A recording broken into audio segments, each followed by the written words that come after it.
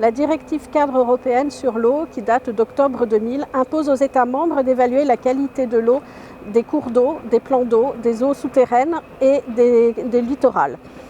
Cette qualité de l'eau, elle est évaluée de plusieurs manières, soit au laboratoire, soit sur site. C'est sur quoi le Laboratoire national de métrologie et d'essais travaille notamment pour améliorer les outils disponibles et évaluer les performances de ces outils.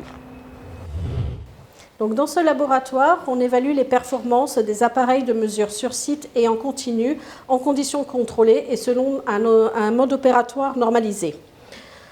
On a plusieurs appareils sur site, donc celui-ci, le pastel UV, permet d'évaluer en simultané les matières en suspension, les nitrates, des paramètres de matière organique comme le carbone organique total ou des surfactants.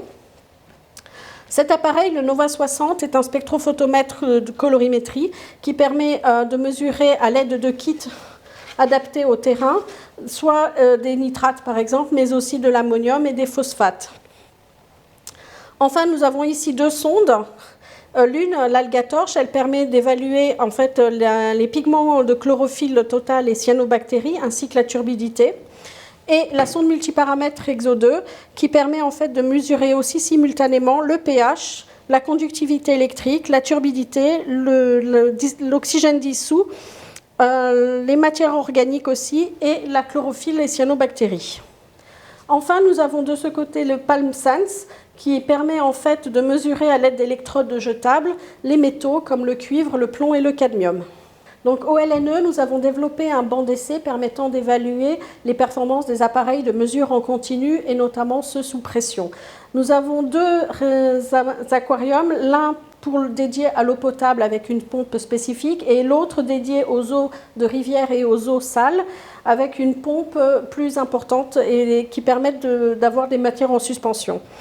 Ces deux pompes alimentent alternativement un circuit sous pression avec des robinets qui sont reliés ensuite à des analyseurs en fonction des études, donc par exemple cet analyseur de chlore pour une application en eau potable. Et une fois les performances des appareils de mesure sur site ou en continu évaluées dans des conditions contrôlées au laboratoire, il est important de les valider en conditions réelles. Pour cela, des essais sur 3 mois minimum pour les mesures en continu doivent être réalisés. Et pour les appareils de mesure sur site, il est important en fait de faire un grand nombre de mesures sur site dans différentes conditions et d'avoir des mesures de contrôle laboratoire.